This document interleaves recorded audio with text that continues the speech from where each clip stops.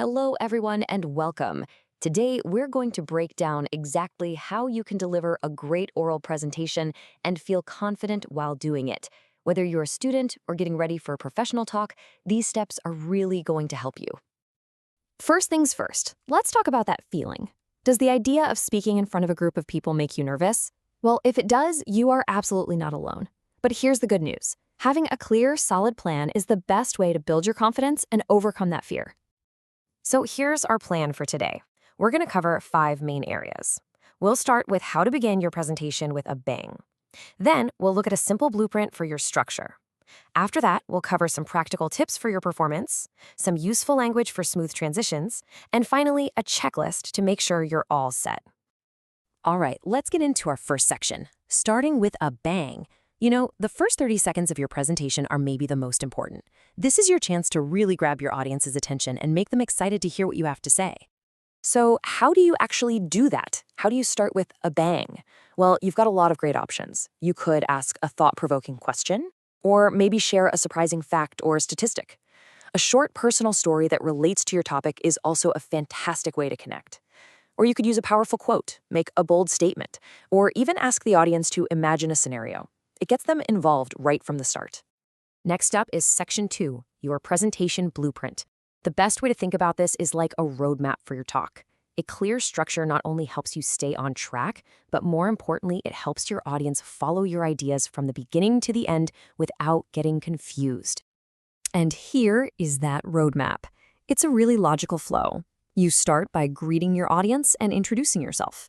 Then you explain the purpose of your talk and give a quick outline so everyone knows what to expect. After that, you present your main points with good examples. You summarize the key ideas at the end, and you finish by thanking your audience and inviting questions. Following this structure is really the foundation of a clear presentation. So, now that you have your structure, let's move on to Section 3 and talk about the performance itself. How you deliver your message is just as important as the message itself. So let's look at some key do's and don'ts. The most important thing here is to connect with your audience. You do this by memorizing your first few sentences to start strong. You also want to speak at a clear, deliberate pace, not too fast, not too slow, and maintain eye contact with different people in the room. What you don't want to do is just read word for word from your slides. That really creates a barrier. Also, try to avoid pacing back and forth nervously, and of course, always be respectful of the time limit. Now, this next tip is so incredibly important that it gets its very own slide. Please never, ever apologize during a presentation. It immediately undermines your credibility. It makes the audience start looking for mistakes instead of focusing on your great ideas. Here are a few specific examples of things you just shouldn't say. Phrases like, "I'm sorry, my English isn't so good," or "I'm very nervous," these only draw attention to your own insecurities. Honestly, the audience probably wouldn't even notice these things unless you point them out. So project confidence, even if you feel a little nervous on the inside. Let's move to Section 4. A fantastic way to guide your audience through your presentation is by using what we call signposting language. Think of these phrases like road signs. They tell your listeners where you are, where you're going next, and how your ideas are connected. It makes everything much easier to follow. So for your introduction, you can use simple and clear signposts like these. A phrase like, "Today I'm going to talk about," immediately sets the direction. And saying something like, "My presentation consists of 3 parts," gives your audience a mental map of your talk right from the beginning. Now, as you move through the main part of your presentation, these phrases are so useful. For example, is a clear signal that you're about to provide some evidence or an illustration. And to draw attention to your visuals, a simple phrase like, "If you have a look at this slide," is perfect. It's direct and keeps the focus where you want it. When it's time to conclude, you need to signal that you're about to finish. Phrases like, "So, to sum up," or "Let's quickly look at the main points again," tell your audience to listen closely for your final, most important messages. It's like saying, "Okay, this is what I really want you to remember."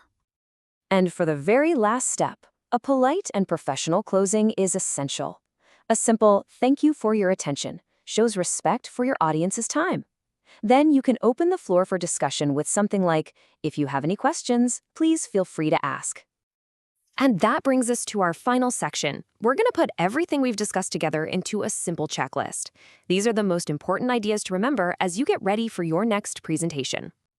So here it is, your final checklist. 1. Start with a bang to get their attention.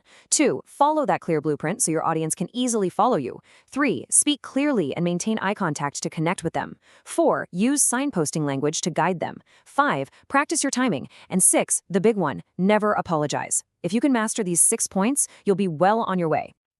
So there you have it. You now have a great set of tools and a clear framework to help you build and deliver your presentations with much more structure, clarity, and confidence. Thank you so much for watching.